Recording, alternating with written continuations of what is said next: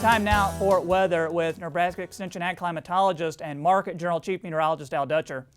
Good to see you again, Al. What can you tell us about this active weather pattern that we've been seeing, and what's our forecast for the week ahead? Well, Troy, glad to see you back. I hope the birth went well and that everything is fine at the home front. In terms of the weather, we've seen that rain that came in earlier in the week across the southern panhandle in the southwest and portions of south central and southeast Nebraska.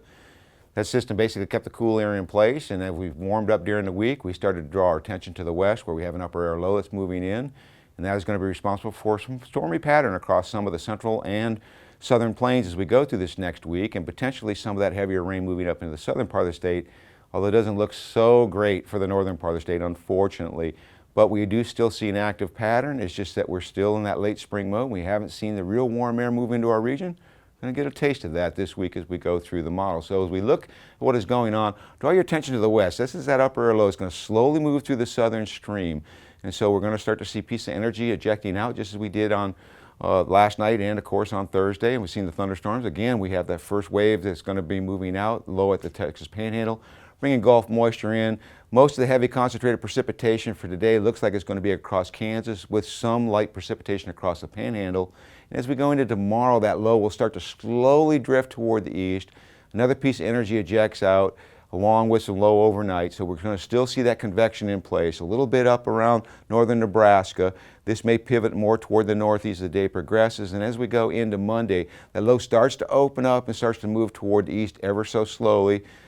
Once again, a piece of energy is going to eject out of that in eastern portions of New Mexico. This is going to take a more easterly route, so it looks like most of the precipitation on Monday is going to stay south of state, and very heavy moisture is likely to occur.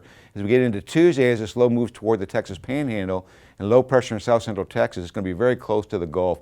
We're going to see widespread heavy precipitation across the southern plains, particularly across Oklahoma and Texas, and I wouldn't be surprised we'll see some pretty active severe weather. Then on Wednesday, we start to draw that moisture toward the southeast of us. We're going to start to see a clearing trend across the southern part of the state.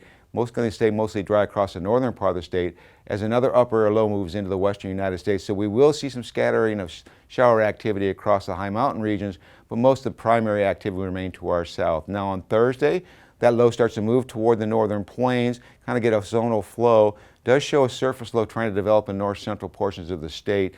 Not a lot of moisture to tap with, so we're going to be just looking at a scattering of precipitation as that main trough slowly works its way toward the east. And on Friday, that low tries to deepen, and we're going to try to send some energy into the western United States. But in the meantime, that's going to draw some fairly warm air toward the north. We're going to be staying fairly dry across most of the central part of the country as the primary convection still remains south of us in Texas.